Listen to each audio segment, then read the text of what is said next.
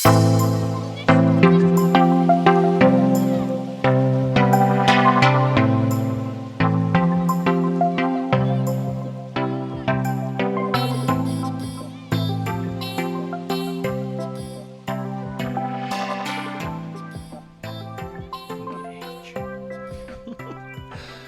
and long life, and welcome to the Inner Light Project. My name is Preston Prince, and with me are Doug Bailey, Derek McCarson, Nathan Tolley.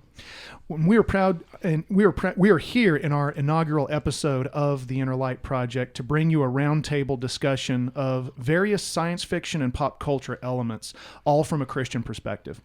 The name of our podcast is drawn from the Star Trek Next Generation episode entitled The Inner Light, which was a Season 5 episode, which I believe is one of the great masterpieces of science fiction writing. And we wish to approach this podcast with the same mindset of Jean-Luc Picard, a character who I believe has always been an iconic form of open-mindedness, curiosity, and moral integrity, while at the same time looking at all of this through the lens of Jesus Christ, who we personally see as our inner light. Each of us sitting here are proud men of faith who attend church together, where Derek is pastor, and we are unapologetic nerds, each with his own strengths that complete our inner circle. Derek here is the expert on all things Tolkien, and of course he's the resident theologian, while Doug and Nathan are our comic book and Star Wars experts, and to complete this circle, all the Star Trek questions are deferred to me. The idea for this podcast literally started at my dinner table back on January 23rd when Star Trek Picard dropped on CBS All Access, as we all got together for a watch party and were throwing around all kinds of conversational topics as we were having dinner. If I remember right, we were digging deep into Donnie Darko, which we will do an episode on that topic in the future. And Doug, I think you were the one who said that we need to do a podcast. So here we are after months of anticipation, finally coming together to premiere the Inner Light Project. Since this began as an idea at our Star Trek Picard watch party, we are going to dive into Season 1 of Star Trek Picard. Just to run down some basic information about the show for anyone who has not watched it yet, it was released back on January 23rd on CBS All Access. If you live in Europe, you can also access it through Netflix, I believe. So the show does take place in the year 2399. And for any Star Trek fans out there, specifically that is about 35 years after Picard originally took command of the Enterprise D, and about 20 years after the events of Star Trek Nemesis. Picard is now a retired admiral after he resigned from Starfleet in protest. He was wanting to help with the situation with the Romulans and their star going nova. And he was wanting to present a plan that would help them even after the synthetics had attacked Starfleet. And so he resigned in protest because they did not go along with his plan. So we find him at the beginning of the show tending to his vineyard in Le Bar, France. He has two Romulan friends that are living with him at that time. And we learn through the show that he's been grieving the loss of his friend Data, who was his android second officer when he served on the Enterprise. So that's the situation kind of where the show begins. And really just to ask all you guys, what were your thoughts on the show? Just maybe a general review or anything that you may have observed from the show in general.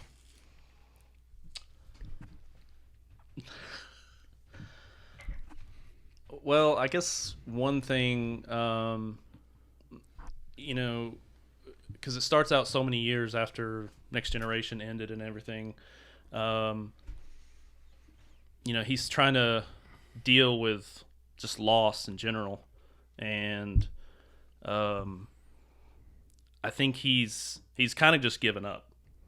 He's just pretty much dealing with his farm and things like that. And I don't know, Doug?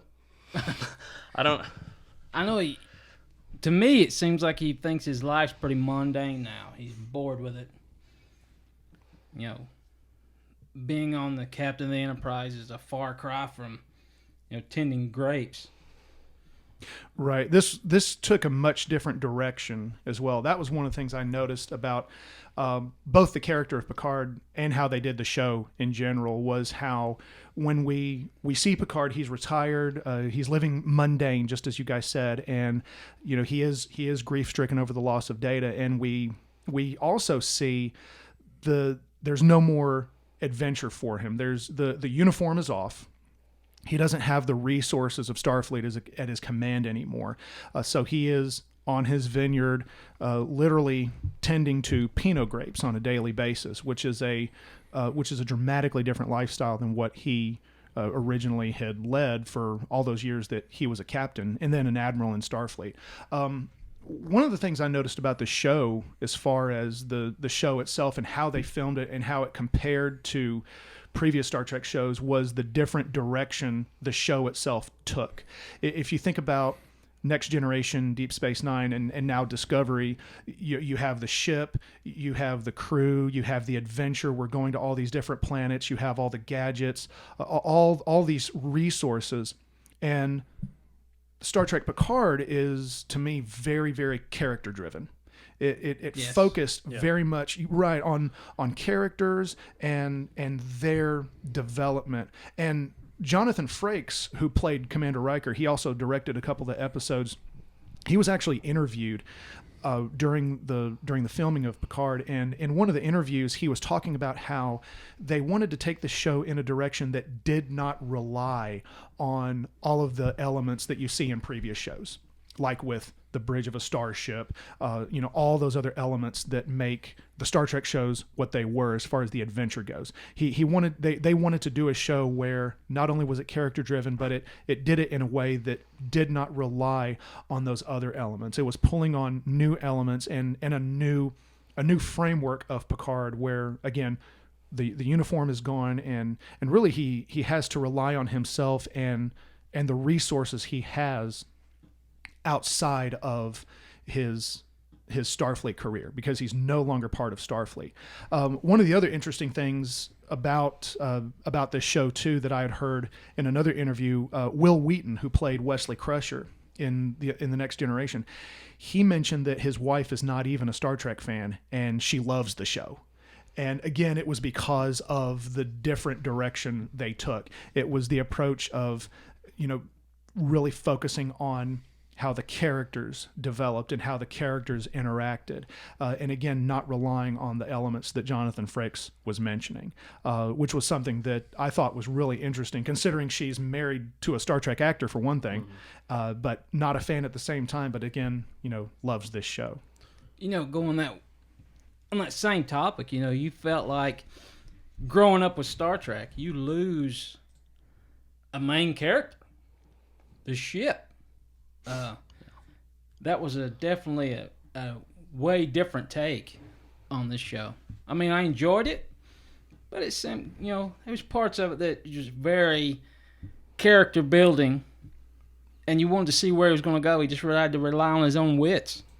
Yeah, it's definitely a spin-off.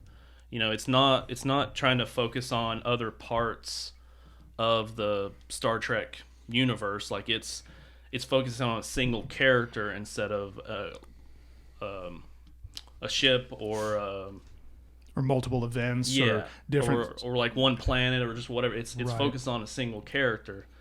I think that's one thing people need to walk into it saying this is not about going on a journey with a ship. Yeah, you don't have the anomalies. Yeah. You don't have the Guardian of Forever. You don't have the worm. Well, you have somewhat of a wormhole towards the end of the season, but Yeah. I feel like they tried to minimize those elements for the same reasons we talked about. And you don't have like the Federation backing them. Like Federation. Yep. I mean, even though they are involved in the show somewhat, they're not backing them just in case they get in trouble. Like he's alone. Even though he has the friends in it, but he's alone. It's definitely more Picard, Romulan, with a sprinkling of Borg in it. Yeah. So how bold of a choice is it, though, to take such a great, well-known character and strip him down, basically make him vulnerable to the point to where he's way past his prime? That's kind of the way that I saw the series starting off, is that, wow, we've taken this guy, intelligent, resourceful, strong, and now he's come to the end of his life. He's searching for meaning. He's searching for purpose because he's been stripped of his command. He's past his prime, like I said, and he has to, in a way, kind of reinvent himself along the way. He's also battling tremendous regret over past mistakes. And so I think it was a bold choice to kind of take the character Picard in that direction, because it's an angle that we didn't really see before. And I think that makes it instantly relatable to fans when they see that vulnerability in a character that they've, been on a pedestal for so many years, watching through movies and different series, or through the Next Generation series. And so it's a different take on a character that had kind of been molded into one form. And well, they're finally focusing on a human per se. Like, they're not focusing on a military group. Mm-hmm. They're actually focused on what this person has gone through. Military or exploration group. Careful. Space military. Primarily exploration, military if necessary. Yeah. I think that's the general philosophy behind that. I mean, okay, in other words, you could say he's not a soldier. I don't know why I'm doing air quotes, but We're not commissioned.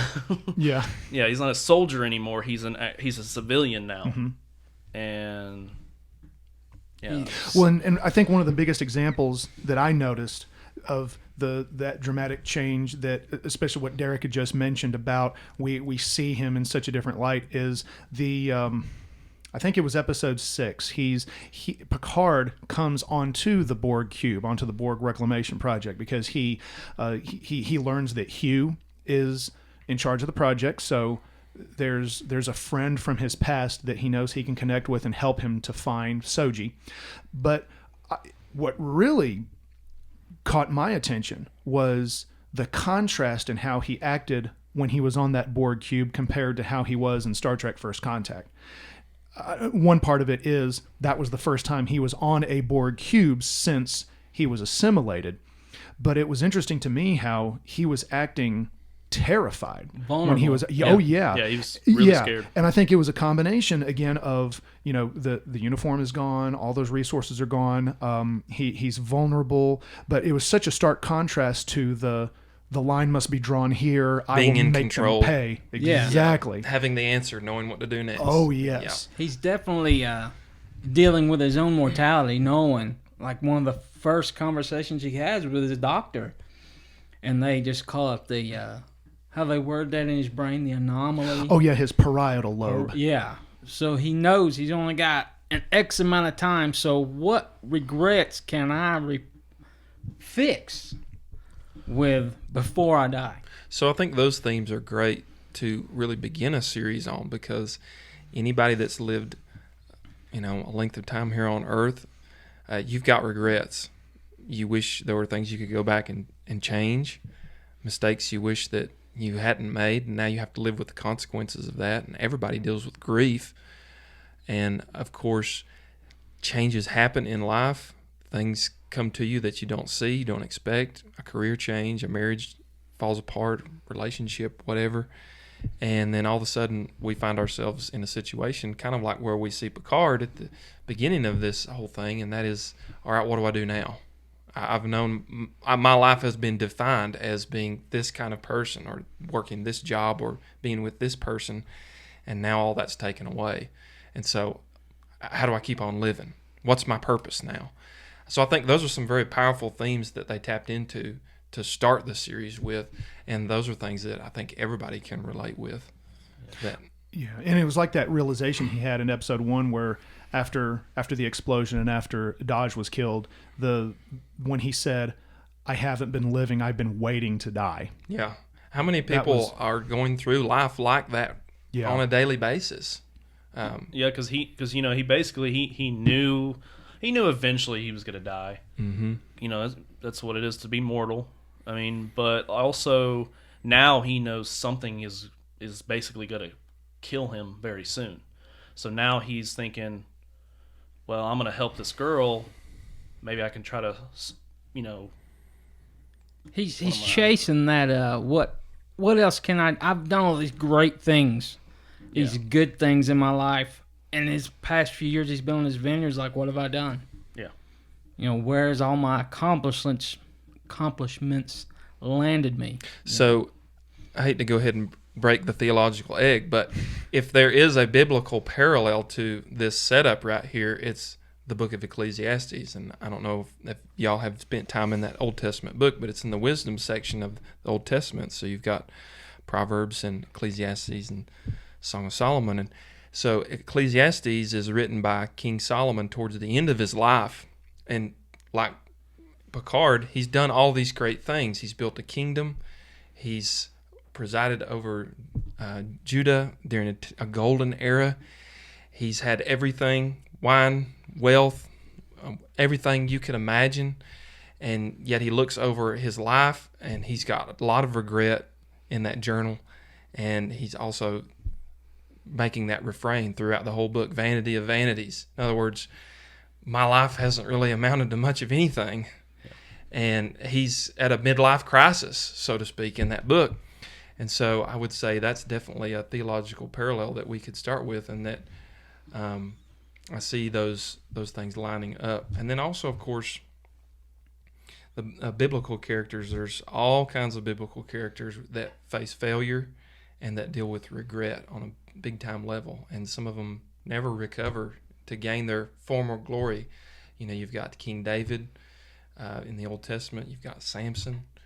You've got other characters like that in the Old Testament who make a mistake, things don't pan out, and they spend a lot of their days trying to reclaim what was lost.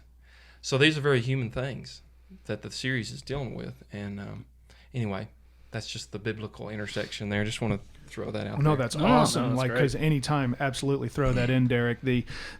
It brought back a memory for me, and this does connect with the character Picard. Going back to season 3 of Star Trek: The Next Generation, there was an episode called "Who Watches the Watchers," and that was the episode where Starfleet was observing this alien species called the Mintakans, and they were very much like the Vulcans. They were like proto-Vulcans. They were relatively primitive. They lived in huts. They were kind of like a version of what humans were maybe about 1,000 or so years ago, not advanced as we are today. And they were studying the Mintakans because of how consistent their culture had unfolded compared to how the Vulcans were.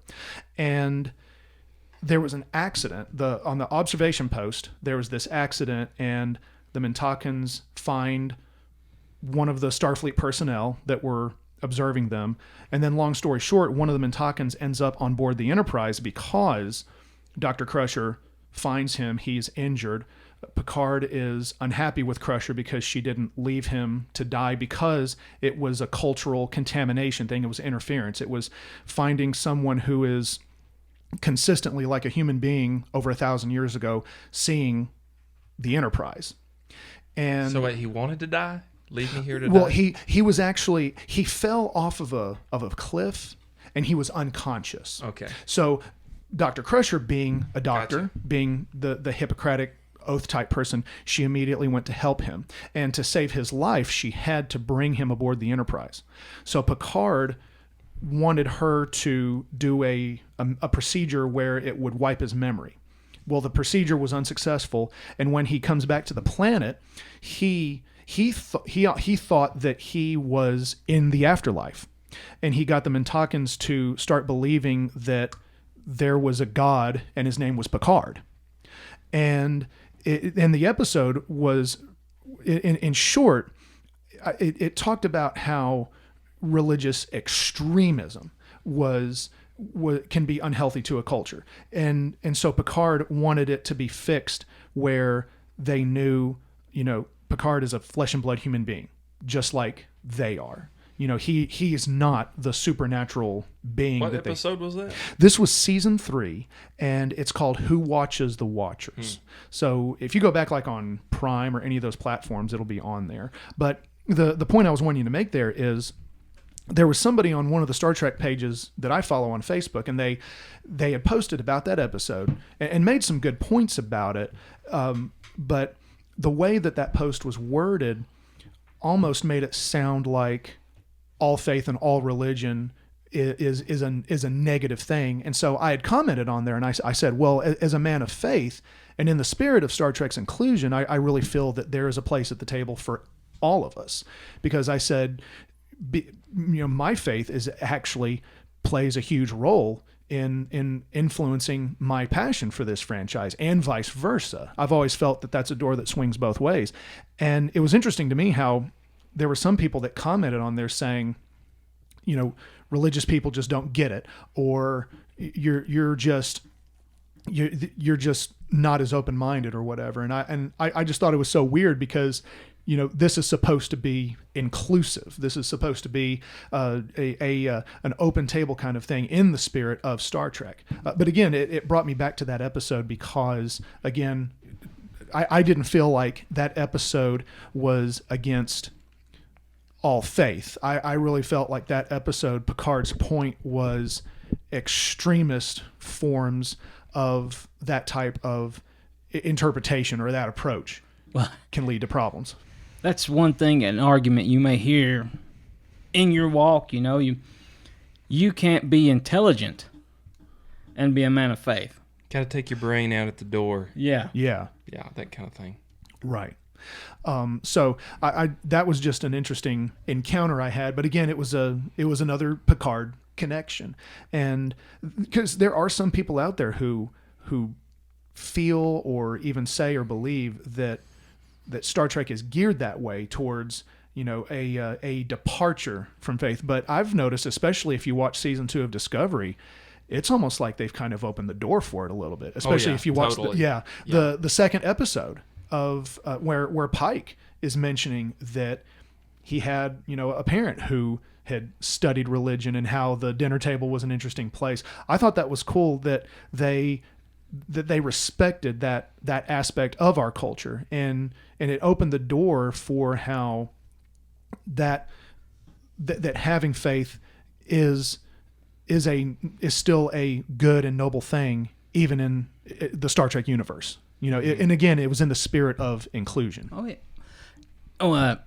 Something that made me think of in the series, I don't remember exactly what episode it was, when Picard was having a flashback to when he first went back to the planet where he moved the Romulans, and they all essentially worshipped him,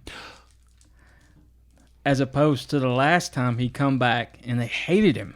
Oh, that's the Vashti planet. Yeah, because Derek, you were talking about. Yeah, because they felt like he abandoned them. Yeah, when he had to go, but I guess they were like, I'm not gonna say primitive, but they just weren't at that level thinking he has duties that he has to go. They're thinking, well, he's just abandoning us. Well, he had somewhere in between those two, that's when he left Starfleet. Yeah. He had no resources to get him back there. Yeah, because that was right when the attack happened, and he got called back to Earth. Yeah. And that's when he had that meeting with Starfleet, and that's when he put his resignation on the table. So basically, he was going back, but and he was going to return, but then all this happened and he couldn't, and that's they don't see that. Right. Yeah. So it's very interesting how all of that unfolds, and again how it connects with that. I was going to move to something else here. Easter eggs that I noticed throughout the show, or any Easter eggs that you guys might have noticed that were either nods to other parts of Star Trek or anything else in the franchise. One of the Easter eggs that I noticed, two of them actually, had to do with the music in the series. I think you pointed that out at our watch party. Yep. Didn't you? I did. The main titles in the introduction to Picard, where you hear the flute, that is a direct nod to the Inner Light episode. By the way, Preston is a music teacher, just so everybody listening out yes, there anybody listening. This is why he would notice that. We're all just... I was like, I thought it was great music, but he's like, but it was this. I'm like, oh, okay. And this, thank you, Derek. That I appreciate that. Anybody listening, yes, I do teach music, elementary school, and I also direct music at the church that Derek pastors. So it is a full circle of music in my world. But yeah, when I heard the main titles, I actually had to go back and I watched The Inner Light, not necessarily because I heard something at first in that, but when I went back and watched The Inner Light, mainly because of Picard, and I had a feeling that there were going to be some nods to that episode. The part of the episode where Picard is much, much older, he's getting towards the end of his life as Kamen, because he's inside that universe in his head. His son, who is growing up, is inside the house, and he's playing the flute. And in that scene, his son, who's inside the house, that musical theme that his son is playing, and his son was named Bataille, it was after his best friend, that musical theme is what they used for Star Trek Picard. Boom. That's a deep cut, man. Yeah. That's right. And, it gets deeper, guys. It gets deeper. The man who played his son is actor Daniel Stewart, who is Patrick Stewart's real son in real life. Yeah. Mind blown. Yeah. Or long story short, the episode, the nickname to the episode is "Learn to Play the Flute in 25 Minutes," is how that episode is titled, because Picard was only unconscious for 25 minutes, but in reality, he had lived something along the lines of 50 years. You know, he lived a full lifetime, wife, family, grandchildren, and all of that. So again, that was a major Easter egg that I noticed. And then the other musical Easter egg happened towards the end of episode 5. That was when they're on Free Cloud. And after they come back up to Rios' ship, 7 of 9 tells Picard that she'll take a couple of phasers because she's planning to go back down to have her Kill Bill moment with Vajazel. And anyone who's seen Kill Bill, that was a Star Trek version of Kill Bill. The two women talking to each other right before one lets loose on the other. Only instead of samurai swords, we have phaser rifles. And that Black Mamba. That's what I was waiting for. That I was waiting for Vajazel to say that's a Hattori Hanzo sword. But what was interesting is right before she beams down, she's talking with Picard, because they were both assimilated by the Borg. She was assimilated as a child, and of course he was assimilated when he was captain of the Enterprise, and they were talking about regaining their humanity, and how she asked him if he felt like he had regained his humanity. He said yes. She said, all of it? And he pauses and he says, no, but we're still working on it.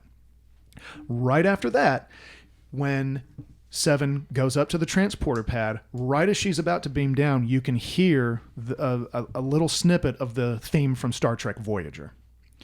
And so if you go back and listen to that part... Only you, Preston. Well, I have a few Asheville Symphony friends who picked up on that as well. So we're kind of on the same wavelength. But again, they have the theme from Voyager. And then the last music Easter egg was at the last episode, at the end of the episode, where Picard is terminating Data's consciousness, and you hear a female voice singing "Blue Skies," and of course that's a direct nod to Star Trek Nemesis. But the woman singing it is Issa Briones, who played Daj and Soji. She's the actress who's actually singing that. Another Easter egg and this was one that I research, because I came across some articles that pointed out some Easter eggs, because no one's going to be like Pokemon and catch them all. But the beginning of the first episode, where Data and Picard are playing poker, Data's hand is all queens, and I noticed it was a repetition of the letter Q. Whoa. Yeah. Now I know we didn't see John Delancey in this, and he didn't appear as Q, but I just thought it was interesting. But we're hoping. Yeah, we are hoping, and that's a topic we're going to get to in just a second. And then of course another big Easter egg was number 1, the pit bull.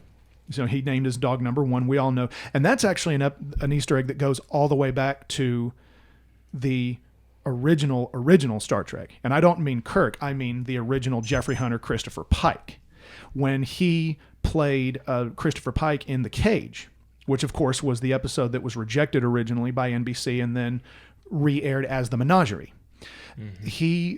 His first officer, he called number 1. And then we see that again in season 2 of Discovery. And also the term engage, it didn't start with Picard. Christopher Pike, again, Jeffrey Hunter back in 1964, whenever it was, actually coined the term engage. But Picard made it cool, though. He did make it cool by doing he said it once in the series. He did by doing the finger thing where he points and engage. That you can't take that away. That's a gold coin right there. I kept looking for a Gorn Easter egg, and I never saw it. So Oh, there was a Gorn Easter egg. If you think the Vasquez Rocks where Raffi lives, I was wrong. that is the actual set where they filmed Arena. So and that's actually been a go-to Did spot. not know that. Yes, that is a go-to spot, and I think it's California. Either way, but in real life they're called the Vasquez Rocks, and that has always been a go-to spot for different outside scenes. I can hear the dramatic music in my head. By the way, everybody should know at Christmas time, Preston's house is filled with all different kinds of Christmas trees, and he has his very own Star Trek themed Christmas tree. And on the tree is a Gorn.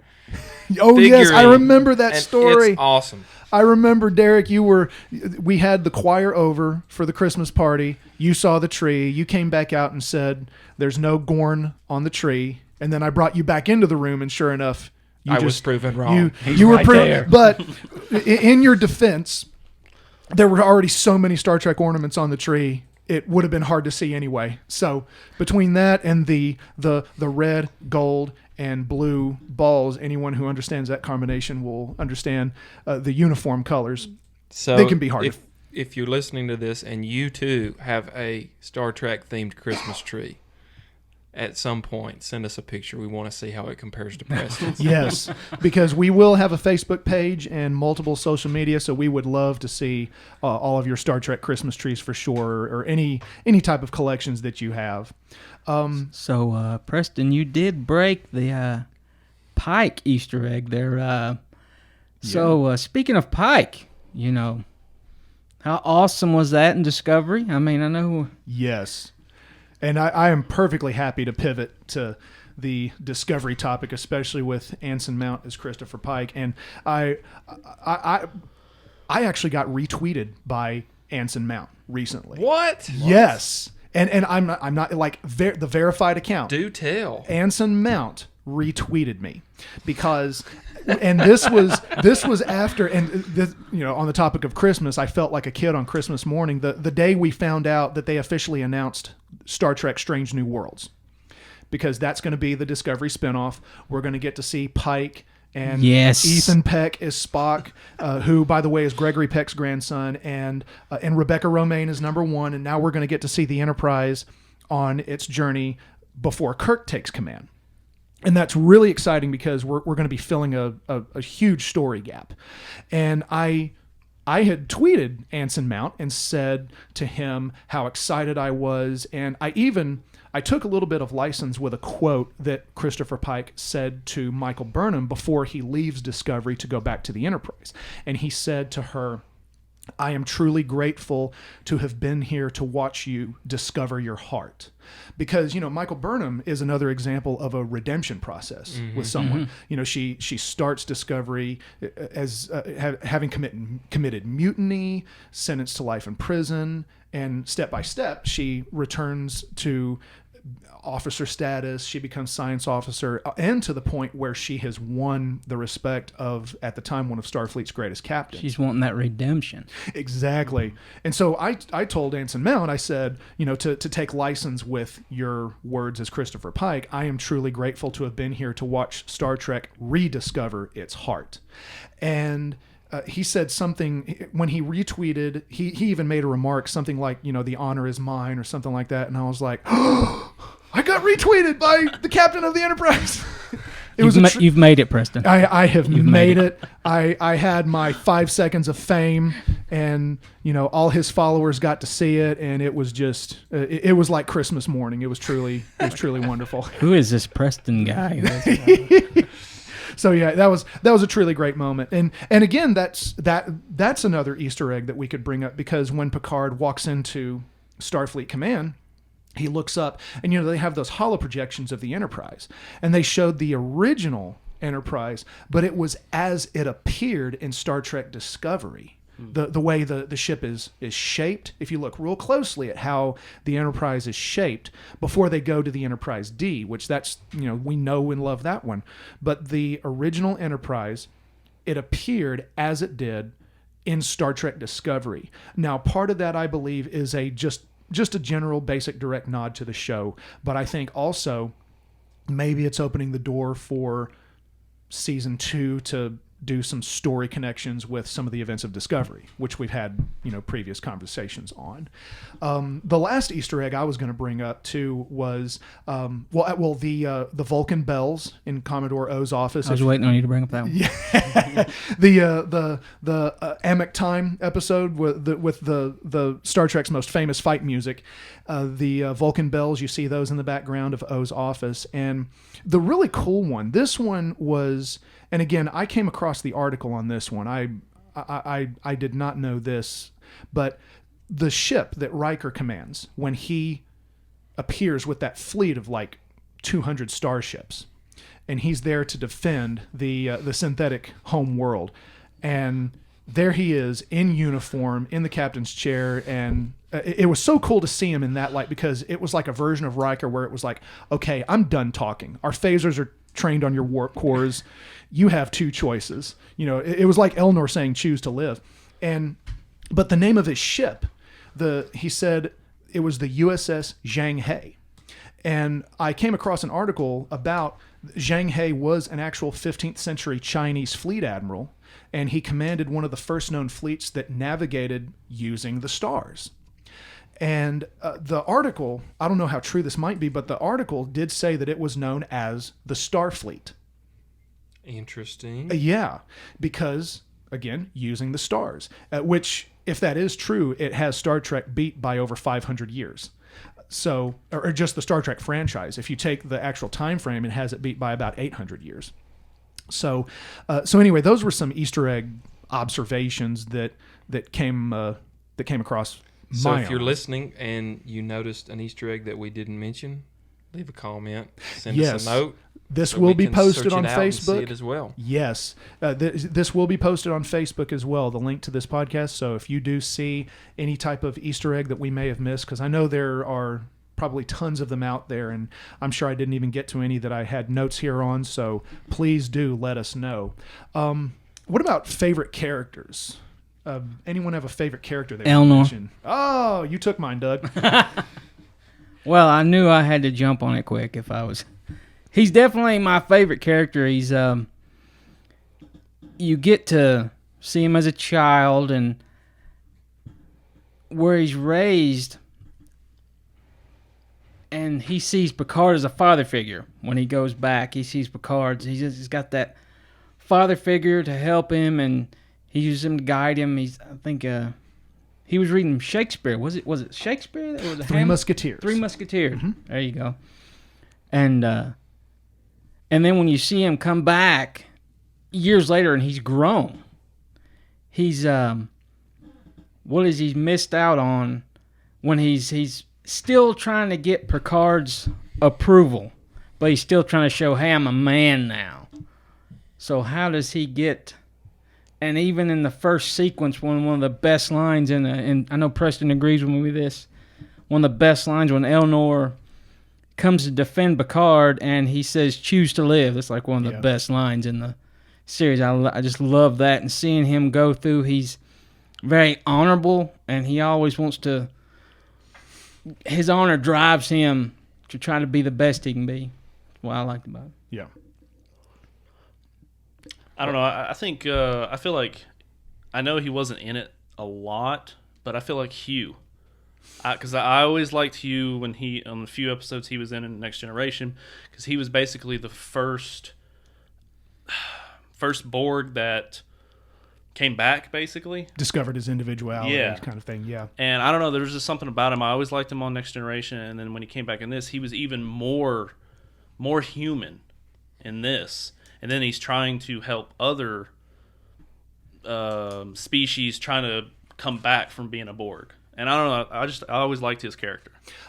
When I found out Hugh was going to be back and they were going to bring back Jonathan Del Arco, like I was through the roof excited, because that was a character who only had 2 episode appearances in Next Generation. But in those 2 episodes, he was a very, very iconic character for those reasons that you just said, Nathan. And so to see him back and to see him come even further along, to come back into that humanity was really something cool to see.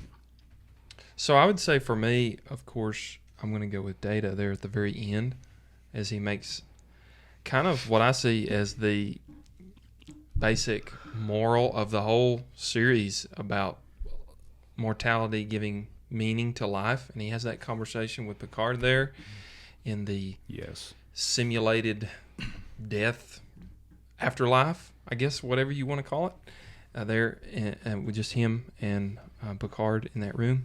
And I felt like that was a good way to end the series off, although it did have some sad overtones. It really touched on a lot of powerful themes there with consciousness, eternal life, death bringing meaning. And so I felt like that was a very poignant scene. It was well acted, and to me it just sort of brought the whole series, or at least the whole season 1, together to its final point, which is all the things that Picard was dealing with through the series personally in that journey. And it was like Data, just even though he's an android, he gave some very human advice there and kind of helped Picard move on to the next chapter in his life. I felt like that was a great handoff. Yes. Yeah. Well, and he knew to, unlike just any other robot or whatever, he knew, like, he basically learned how to sacrifice himself. Like, he learned something from a human to say, hey, you're going back to the Enterprise, I'm going to stay here and destroy the ship. And I don't know, I always liked that about Data as well. The fact that he was constantly learning. Yeah, and wanting to be more human. Yeah. And that the self-sacrifice thing is a very noble, and I guess you could say very, very selfless human type thing to do.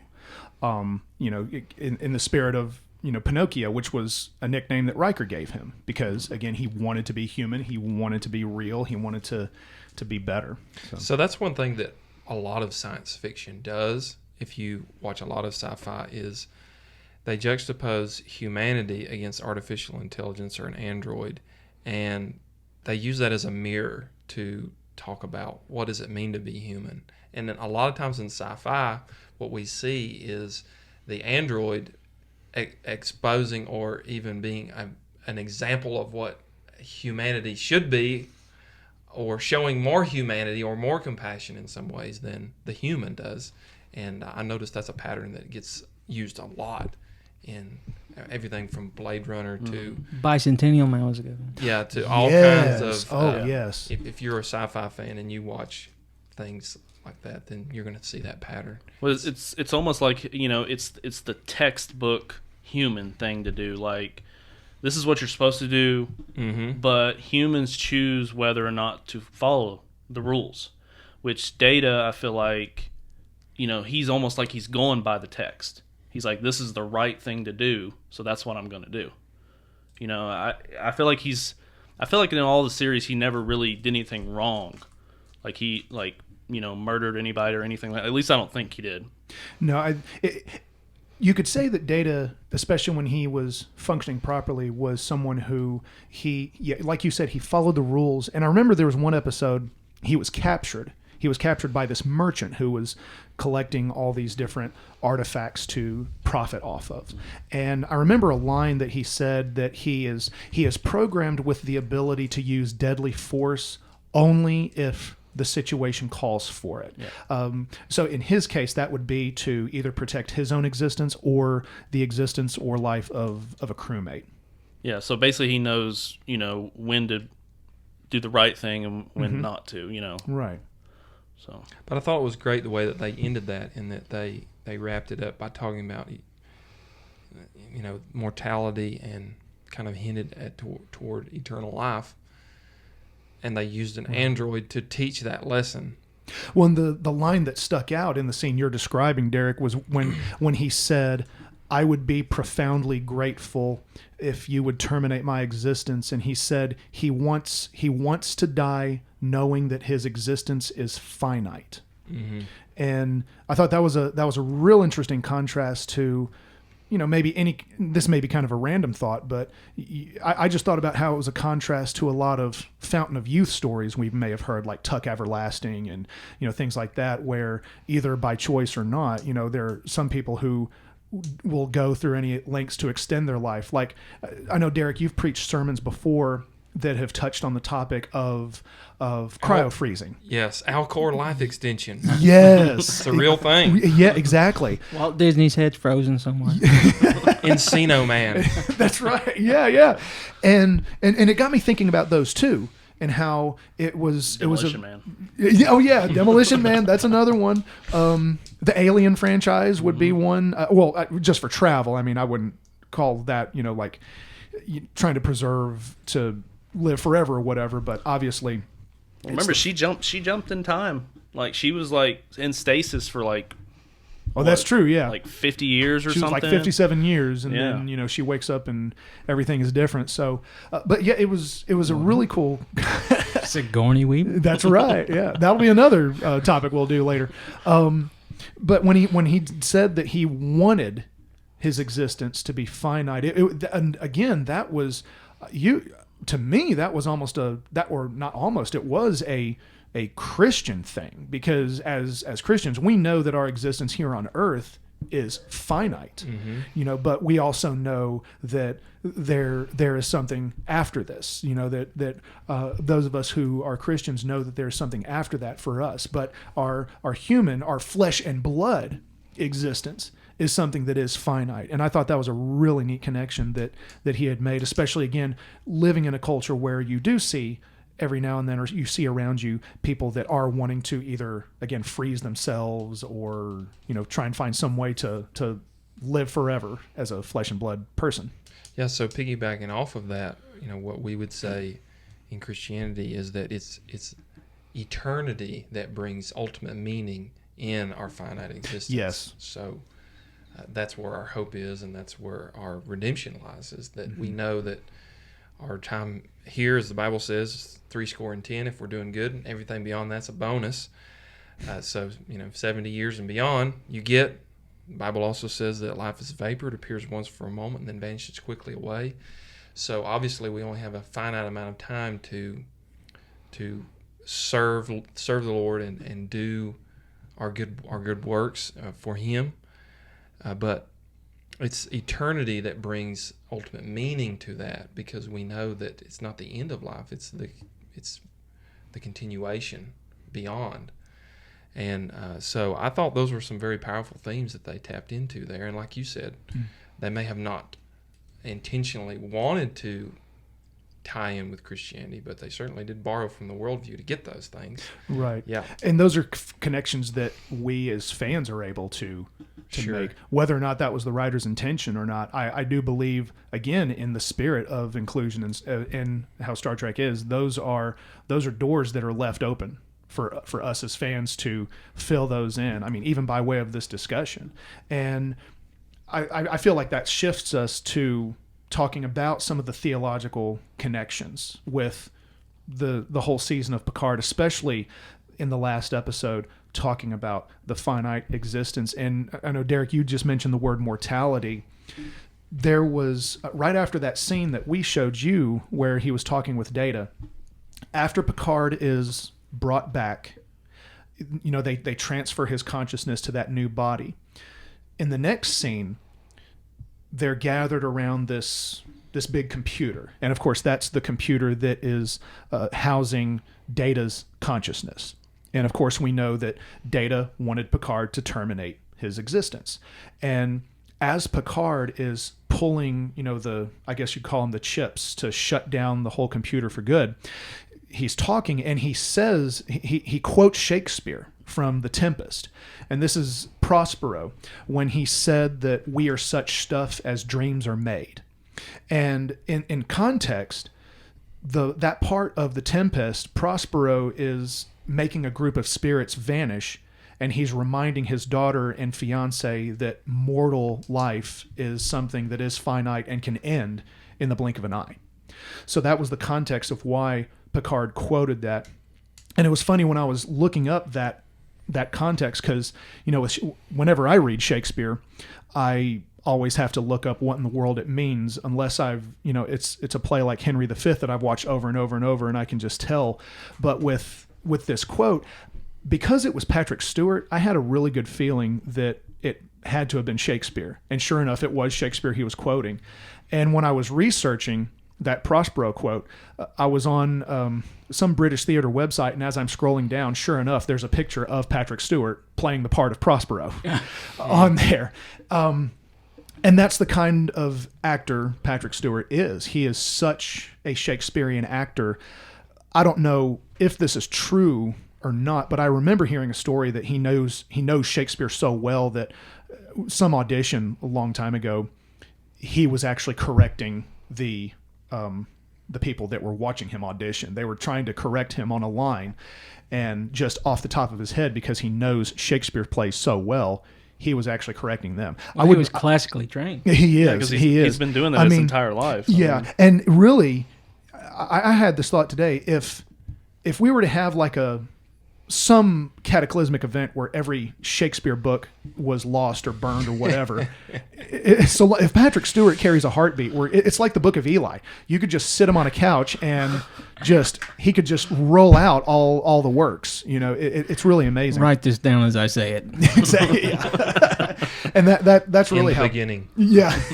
But anyway, getting back to what we were talking about with our own faith connection as Christians, that was another thing when he was quoting Prospero and saying we are such stuff as dreams are made. The context of that again was talking about our earthly mortality and how our existence on this earth is a finite and limited thing. So there's a great verse in Ecclesiastes. I know I mentioned that earlier in our discussion when I was referencing regret and mistakes.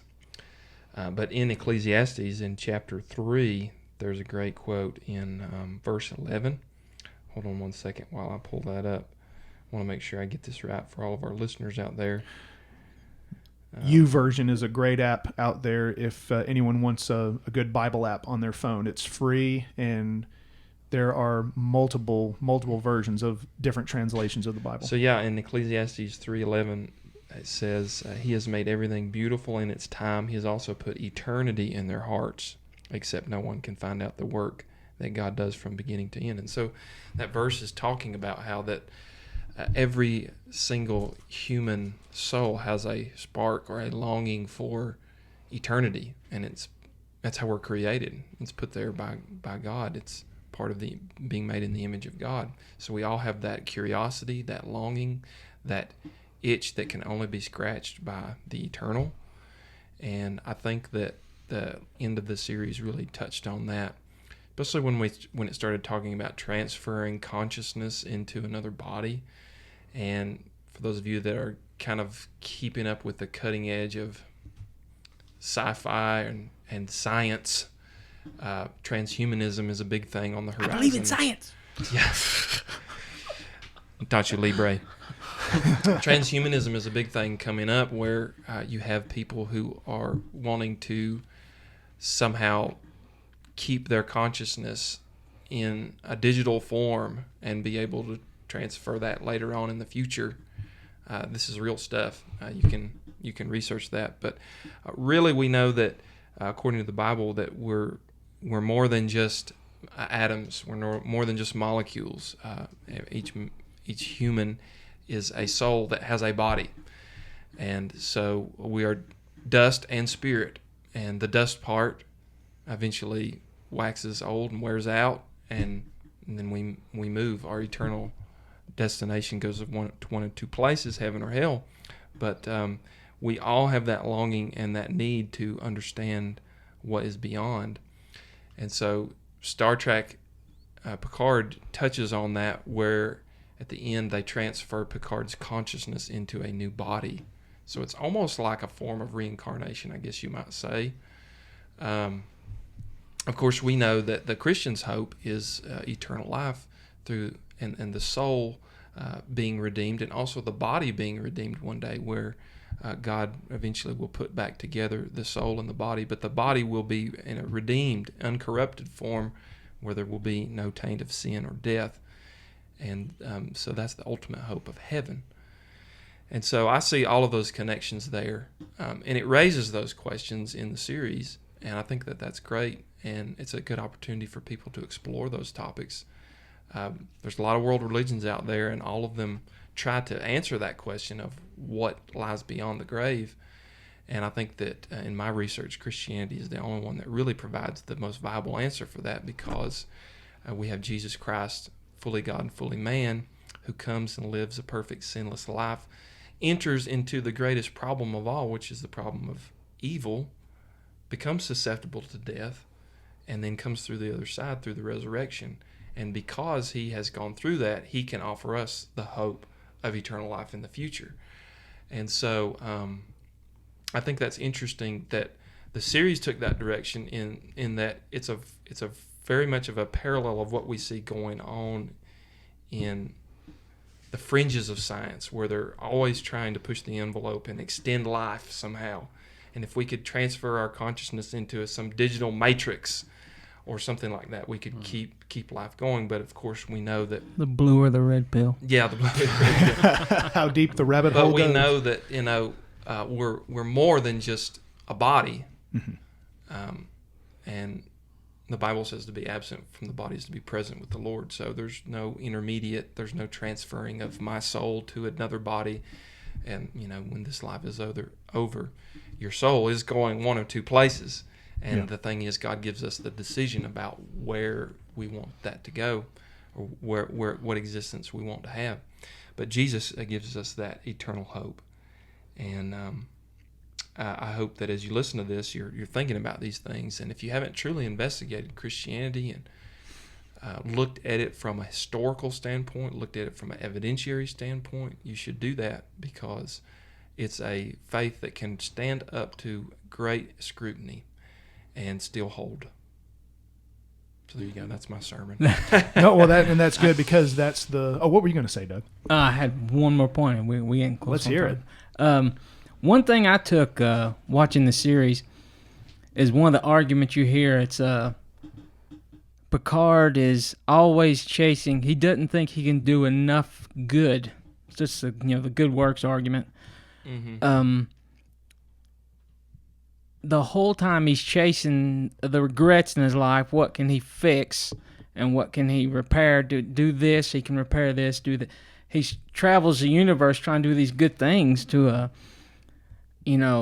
stack up in his life. But in the end, he's accepting his own mortality. A lot of people see that. They think, I'm just, I'm a good person, but it's not our good works. It's our faith in Jesus Christ, which ultimately is our salvation. But one of the things I thought was interesting at the end of the series, Picard was talking, and after he gets, his consciousness wakes up in this synth body, one of the questions was, is he going to live forever? But he doesn't want that. He still wants that. He's thinking of what Data told him about, he's longing for his the end of his mortality, the end of the suffering he's had on Earth. So Yeah, because I thought that was a good point. He was even talking about, like, am I going to have powers like extra strength or whatever? Right. Yeah. And he's like, no. You're still going to just be normal, and we're going to add maybe another 20 years to your life. You're not going to live forever. It was almost like it was almost like a highly glorified procedure to fix a medical abnormality. The way I saw it, it was a combination of a data transfer, I guess you could say. Yeah, I was going to say brain transplant. Like a brain transplant. But yeah, it was like a data transfer combined with a procedure to correct something that was going on wrong with his body, to get him to a point where he would last as long as he would have without that abnormality. Yeah. Mm-hmm. Right. And getting him there. So one thing there at the end too that maybe we can kind of hang our hat on as we wind this down is there's the moment there at the end with Data and Picard where Picard basically admits that he loves Data, which is an extremely human thing, but a human for an android, right? So there's that interesting interplay there, but that's how strong their relationship has become. And of course, Picard has those feelings, not only because he spent all of that time serving with him in the Next Generation, all those seasons, but because of the sacrifice that Data made for him, giving him that second chance at life, right? Yes. And so there's obviously a direct parallel to, the Christian doctrine in that we are eternally loved by God who sends his son, and he dies in our place. And through his death and sacrifice, we have the opportunity at a second chance at life. So I felt like that was a great moment of maybe redemption there toward the end, because like Picard, we've all looked back on our life and we have regrets, we have mistakes, we wish we could start over, we wish we could go back and change things, and of course some of that we can't do, but we can get the hope of a new start. And the Bible says, if any man be in Christ, he is a new creation, the old things have passed and the new has come. And so that's the great hope that I saw in there, in that because of that love that they had, the love was demonstrated through the death and the sacrifice that his android savior made for him. Yes. And he gets that second chance. And that Data loved him whether, he was going to do the sacrifice for him, whether he asked for it or not. Right. He didn't ask for it.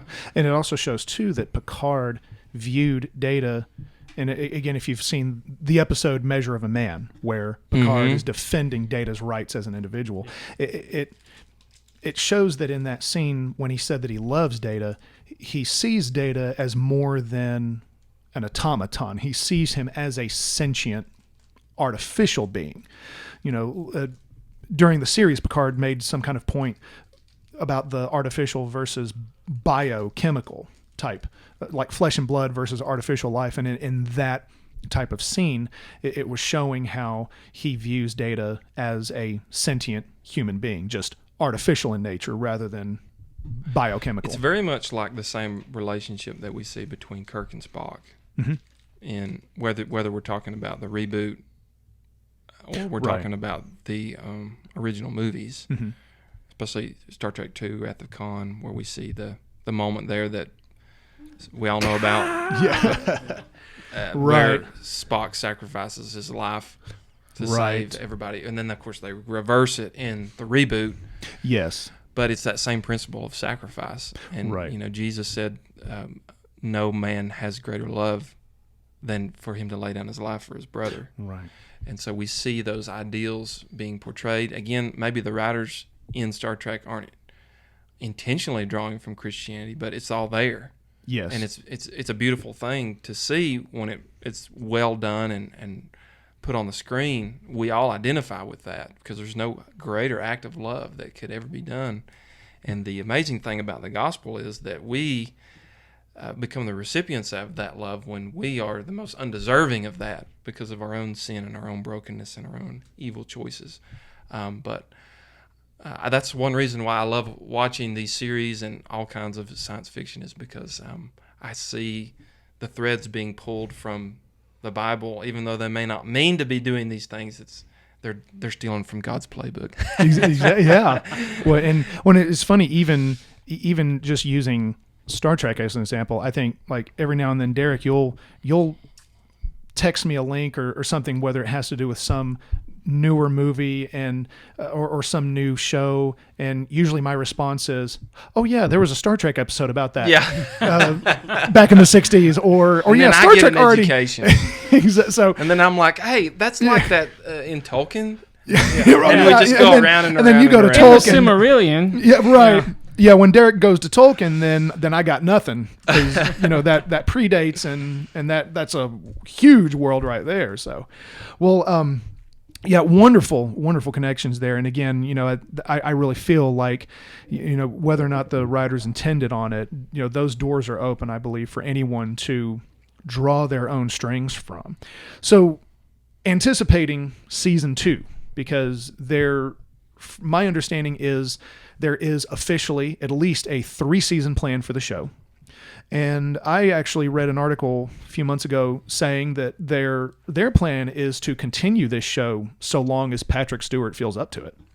So really, he's kind of the one in the captain's chair, so to speak. And he's just going to keep at this. Now, one of the big deals about that is, in the past, Patrick Stewart, had some small opportunities to reprise his role and either turn them down or they fell through and all of that. And really, he got to the point where he had hung the hat up on Picard. Yeah, he just didn't want to do it anymore. Exactly. He was done. Yeah. And I mean, he was very public about it. So for him to have come back and done this, that meant that CBS and them had to really sell him on it. So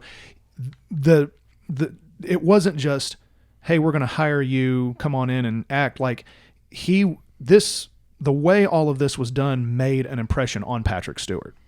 And in turn, when Patrick Stewart did the first script reading, Alex Kurtzman was drawn to tears, because that was the first time in almost over 18 years at that point that, we had heard Patrick Stewart speak as Picard. But anyway, anticipating season 2, whether it's new characters or the direction of the show, do any of y'all have any thoughts on what you would like to see with season 2? Well, I mean, I think I may even sent you this link or whatever, but Patrick Stewart, he already wanted to get Whoopi Goldberg back to play Guy. And that's official, yeah, because she said yes to that. And that was even before season 1 even came out. Right. And he's like, "You're coming back." You're going to have to get her off The View somehow. Yeah. Well, for Star Trek, that'll be easy. She is very passionate. Yeah. I mean, I'd like to see, just about every character from Next Generation come back, at least making an appearance. And I would say, say what you will, one way or the other, about Whoopi Goldberg, because everyone's got some view on The View. That's all I'm going to say. That, whatever. But Whoopi Goldberg as Guinan is a truly iconic part of Star Trek, because she was the one. She was the bartender on the Enterprise, but she was the counselor in many ways. Yeah. You had Deanna Troi, and that was a wonderful character to have too. And there's all kinds of wonderful things that can be said about her. But having Guinan on there, being as old as the character was, and having that unique intuition, and she had that cool way of solving someone's problem without doing anything. Like the way, if you ever watch any of the conversations that the character has with the crew members of the Enterprise, it's really interesting to see how she gets them to realize that the solution to whatever problem they're coming to her about is staring them right in the face.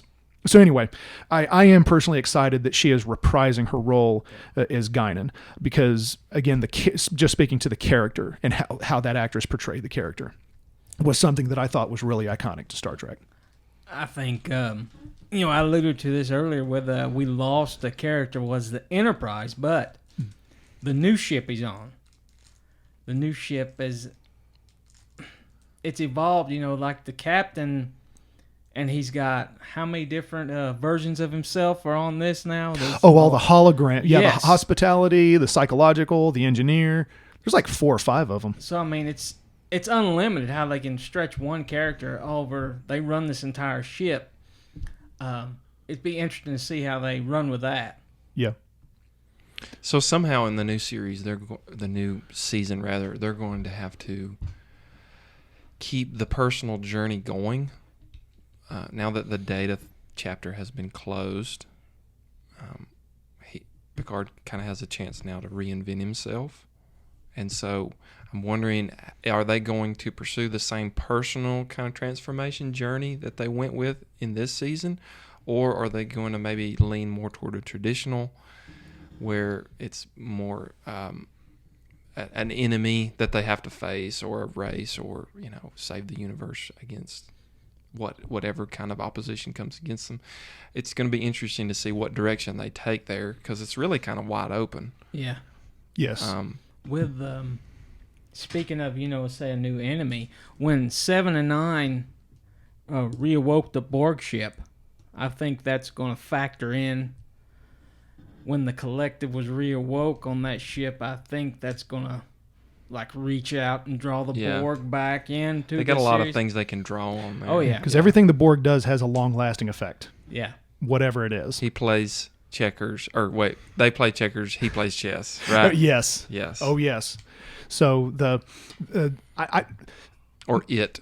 I said Yeah. he, sorry. or the collective. Yes. Yeah. You could say, because it's one consciousness. And Q could like totally pop up anywhere on any of these different crossover shows. I mean, Yeah. At John Delancey's age, it was thanks to deepfake. So, do we have a confirmation for when the next season will start or air? Okay, so Strange New Worlds. Now I know COVID might be a factor, but Strange New Worlds is scheduled for fall of 2021. This season came out last January. If I had to just throw out a guess out there, given Patrick Stewart's age, I mean, he turned 80 just a few days ago. And so I'm sure they're factoring that in and probably going to, I wouldn't be surprised if they at least delayed filming because of COVID, because I know they've not filmed anything yet, but I do know that they are very deep into having it written out. For all I know, season 2 is probably already planned out and it's just going through It could be just ready to film. Exactly. That's my feeling on that. But again, there is at least a 3-season plan, and the mindset at CBS, my understanding is they're just going to keep this rolling until Patrick Stewart says, "I think I've done my part." And I think that's good. Yeah. I think it's good when they put a finish line on TV shows, because some TV shows go way too long and they just keep recycling the same thing over and over and over again, and it loses its newness, its freshness, and it just becomes a trope of over, like a broken record, just playing. Like, Right. Example of that, The Walking Dead. Like Yeah, the past gone Yeah. seasons, way once too you far. get beyond, it's just the same thing over and over Right. again. And TV shows really run into that because they're just trying to keep the train going. They try and keep the train going. And I think it's great when they plan a show and have a goal in mind to say, this is the terminus point. Like, this is what Yeah. we're heading for. That way they can write toward a satisfying conclusion. Because how many shows end and you're like, they end with a whimper and you're like, that's it? And That's because what I've they been watching the burned 10 themselves out? seasons for? the populace will be like, "Oh no, we really like it." Well, then they'll try to keep drawing it out and drawing it Yeah, out. like that's what makes a series good, is that it has a satisfying ending, and you're like, yeah, that's I'm good with that. Yeah. So what is actually the next Star Trek thing to come out? Is it Discovery's the next? Actually, Lower Decks, the cartoon show. Okay. That's actually coming out August 6th. So we're just a couple of weeks away, or just a few weeks away from Lower Decks. So if you have CBS All Access, that show is going to be directly dropped onto CBS All Access. And the trailer is kind of funny. I mean, if you ever seen the trailer for Lower Decks, it's pretty cool. So that is directly the next one. And then they still don't have a season 3 release date for Discovery, but I do know it's complete. And again, this whole COVID thing might be causing a delay. Yeah, in we that. already saw a trailer for that, didn't we? Yeah, oh yeah, there's There's at two, least isn't there's at least 2 already out for that. So it's a great time to be a Star Trek fan. It is a wonderful time to be a Trekkie. I mean, you have Discovery that's already gone through 2 seasons. They brought back Christopher Pike, and now that's leading into its own spinoff, which again I'm absolutely thrilled about. You have season 3 of Discovery coming up. We've already got a season of Picard. It's already obviously been renewed for season 2. We've got Lower Decks coming out. We've got Strange New Worlds. Well, I already mentioned Strange New Worlds, but it really is an amazing time to be a It's Trekkie. worth saying twice. Do what, Doug? It was worth saying twice. It was worth saying Strange twice. New Yes. The question yes. is, will we ever get another motion picture? That is the question. And it's all wrapped up in how much am I going to get paid according to the actors? That's one big part. Studios and Yes. red tape and all that stuff. The red tape, because you had the Chris Pine, Chris Hemsworth fall through on the salary negotiations, and then it went through at least 3 different directors to the point where we were even hearing about Quentin Tarantino, and we're still hearing about that now. Personally, and I know this is going to sound crazy, I would love to see Quentin Tarantino do a Star Trek movie, and I will tell you why. Royale with cheese. Exactly. Yeah, a Royale with or a synthahol with cheese. Quentin Tarantino is a rabid Star Trek fan. Like, he loves. If you've ever seen the beginning of Kill Bill, it quotes Star Trek 2. Revenge is a dish best served cold. And it even says, the citation says, old Klingon proverb. That's how Kill Bill begins. It's a black screen, white letters that says and that was Khan. They say that revenge is a dish best served cold. Old Klingon proverb. Exactly how Khan said it in Star Trek 2. Ricardo Montalban. Exactly. Yes.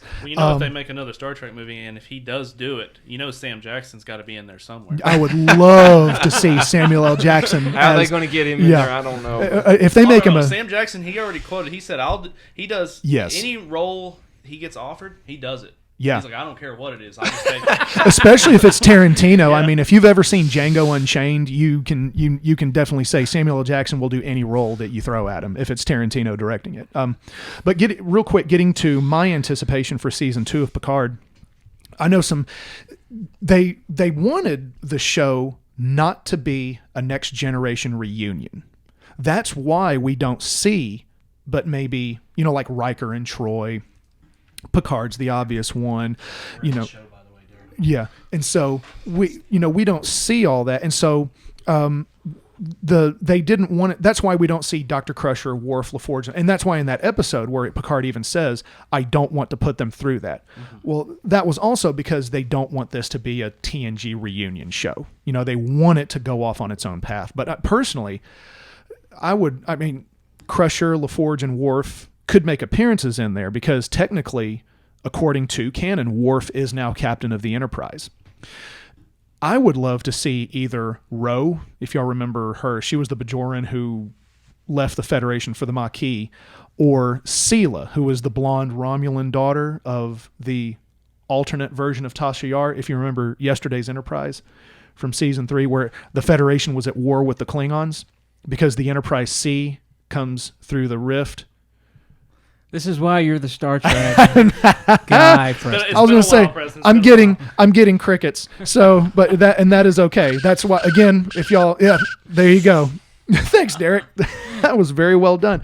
So again, that's why the Star Trek questions go to me. So, well, anyway, to wrap this up, we certainly hope that anyone listening really enjoyed listening to the Inner Light Project. We will be on Facebook, so please leave a comment. Please follow us on Facebook. Anything you want to share, especially positive, inclusive comments. In this day and age, we may represent something that not everyone may agree to. We may represent a set of beliefs that not everyone may share. But in the spirit of Picard and in the spirit of Jesus, we do maintain a positive, open mind. And so anything that is shared with us or commented on, it's always appreciated that it's coming from a standpoint of an open mind and an open door, rather than, something that contrasts with that. And really in closing, as men of faith, we invite you, whoever's listening, to check out any local church that you may be near. We happen to be Baptist. And so, if you are not attending church somewhere and you feel that need to explore that part of your life and to see what worship is about, we encourage you to look into that, to explore that and see where you might be able to plug in. I know for all of us, that's how we come together here. So again, we just want to thank you for listening, and we just wish you all the best, and God bless you.